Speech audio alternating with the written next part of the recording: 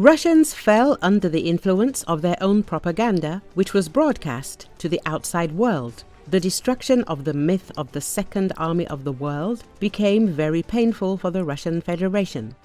Former Rada deputy who defected to the Russian Federation, Oleg Tsarev, spoke about this on the air of the Russian resource Aurora.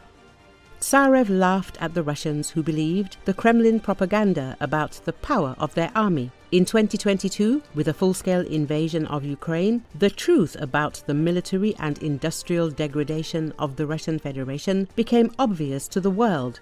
We were talented in our own way. We were so good at creating myths. We created the feeling of an army that was second in the world. Okay, the United States believed it, we believed it ourselves. It was a big mistake. That's how it turned out. We shouldn't have entered Ukraine with such a small force, the collaborator said. It should be noted that in February 2022, the Russian invasion group in Ukraine, according to various estimates, amounted to about 200 to 300,000 people. The Kremlin's plan was for a military landing through Belarus to quickly invade Kiev and seize the government quarter, eliminating the legitimate Ukrainian authorities and taking Ukraine under its full control. This venture ended in failure. The Russian armed forces were unable to even approach Kiev and were ultimately forced to retreat from the entire northern part of Ukraine.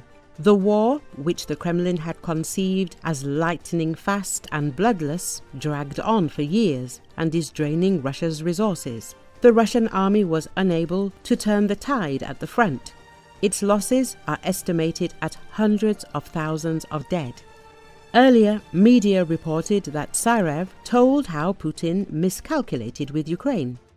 Tsarev actually accused the Russian dictator Vladimir Putin of lying, who at the first stage of the war liked to repeat how everything is going according to plan. The so-called SVO failed in the first days because the Russian Federation greatly underestimated the enemy. It would probably be stupid to say that the war against Ukraine, was successful. We like to say that everything is going according to plan, but you can't say that. You can't say that it's all according to plan. They miscalculated their forces. They turned out to be more prepared than we were. They created a territorial defense. No one counted on a territorial defense at all. We still don't have a territorial defense. We enter a village near Kiev, and their territorial defense went into the woods and all the time covered us with mines, or javelins, or something else. All the time, these sabotage groups, these harassing strikes. They had weapons in their hands. They distributed weapons to the population. They weren't afraid, and they created a fairly serious, large territorial defense.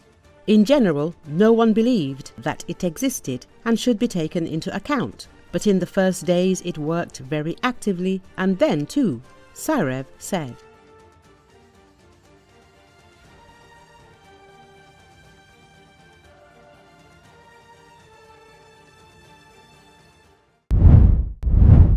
The leaders of Britain and New Zealand visited an army base in the southwest of England on Tuesday where Ukrainian troops are participating in joint training exercises. According to Associated Press, UK Prime Minister Keir Starmer described the experience as incredibly humbling. He also reiterated that 3 years into the Ukraine war, it was important that Kiev's allies stepped up on defense and security support. New Zealand's Christopher Luxon told the Ukrainian soldiers present that they were heroes. He said it was incredibly sobering to realize that many of them had arrived from the battlefield and would return there after completing their training. Anticipation is building over whether diplomatic efforts can stop more than 3 years of fighting since Russia's full-scale invasion of its neighbor. Hostility has run deep between the two sides since Russia invaded and illegally annexed Ukraine's Crimea Peninsula in 2014.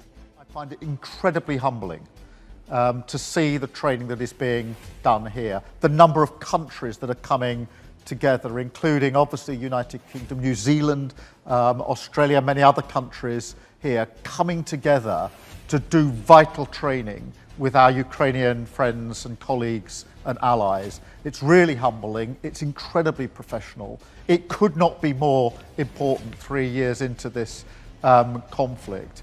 And it's so important in terms of the training that's being done. This morning we saw some of the work you're doing in terms of trench warfare, also the work clearing mines and training for that.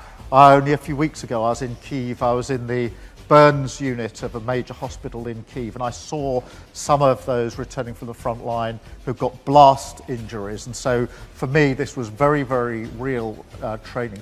Ladies and gentlemen, thank you very much indeed for collecting together here this morning and for enabling this. All of the predictions at the beginning of this conflict were that the aggressor Russia would succeed very quickly, and they didn't, because of the resilience of the Ukrainians, because you fought back and fought for your country, and fought for all of us in fighting for your country. Now, 3 years in, it's important that we all step up on defence and security. There's been an intense debate about this in the last few months, how all of the countries, not just in Europe, but way beyond Europe, need to step up on security and defence. That's why we have stepped up by making sure that we're going to go to 2.5% GDP on our defence spend, rising to 3%. That's the biggest sustained increase since the Cold War. Visit, and on your behalf, I'd just like to thank very much the Prime Ministers of the UK and New Zealand. It is incredibly sobering to think that many of you have been to this place to train. You've been out to the battlefront. You've come back now as leaders to actually do more training, and in a matter of days could be back at the front line again, actually fighting for freedom and the defence of your country and what is an incredibly unjust, illegal and immoral war started by Russia. And so I want you to know that you are heroes. President Zelensky is a hero, and all Ukrainian citizens are heroes as well in our eyes. For coming to visit us here today and see what good work is being done on Operation Inflect. We are a small country. We are a long, long way away from Ukraine or from the UK, but we have limited resources. But we are here because you are fighting for values that we believe deeply in. And those values are the sovereignty of nation states. Those values are upholding the international rules-based system. It's about democratic ideals and liberal democracy, values that we as a small country in particular have huge appreciation for. Thank you.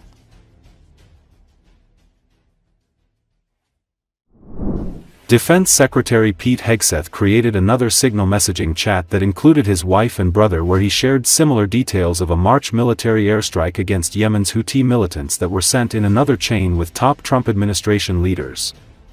The New York Times on Sunday reported the second chat, and a person familiar with the contents and those who received the messages confirmed it to the Associated Press. According to Associated Press on Monday, at the White House Easter egg roll, Secretary Hegseth responded, placing blame on the media. "See, this is what the media does. They take anonymous sources from disgruntled former employees, and then they try to slash and burn people and ruin their reputations. Not going to work with me because we're changing the Defense Department, putting the Pentagon back in the hands of war fighters, and anonymous smears from disgruntled former employees on old news, doesn't matter," Hegseth said. Hey, we're happy to be here at the Easter egg roll, I'll tell you that. To be with the family, beautiful day. And President Trump is changing the country. And he's creating opportunities for families all across America to better their lives. And that's what Make America Great Again is all about. What do you want to say, sir, about the signal chat controversy? You know, what a big surprise that a few leakers get fired and suddenly a bunch of hit pieces come out from the same media that peddled the Russia hoax. Won't give back their Pulitzers. They got Pulitzers for a bunch of lies. Pulitzers for a bunch of lies. And on hoaxes, time and time and time again. And as they peddle those lies, no one ever calls them on it. See, this is what the media does.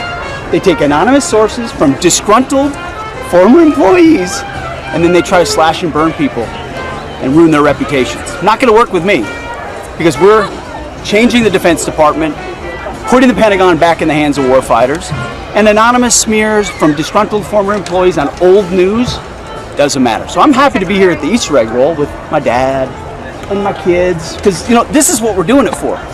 These kids right here. This is why we're fighting the fake news media. This is why we're fighting slash and burn Democrats. This is why we're fighting hoaxsters. Hoaxsters. This group, no, this group right here. full of hoaxsters that peddle anonymous sources from leakers with axes to grind, and then you put it all together as if it's some news story. And when we know exactly what it is. So I'm really proud of what we're doing for the president, fighting hard across the board, and I'm going to go roll some Easter eggs with my kids. Thank you very much. Have you spoken with the president? Have spoken to the president, and we are going to continue fighting on the same page all the way. Sir, All right, everyone.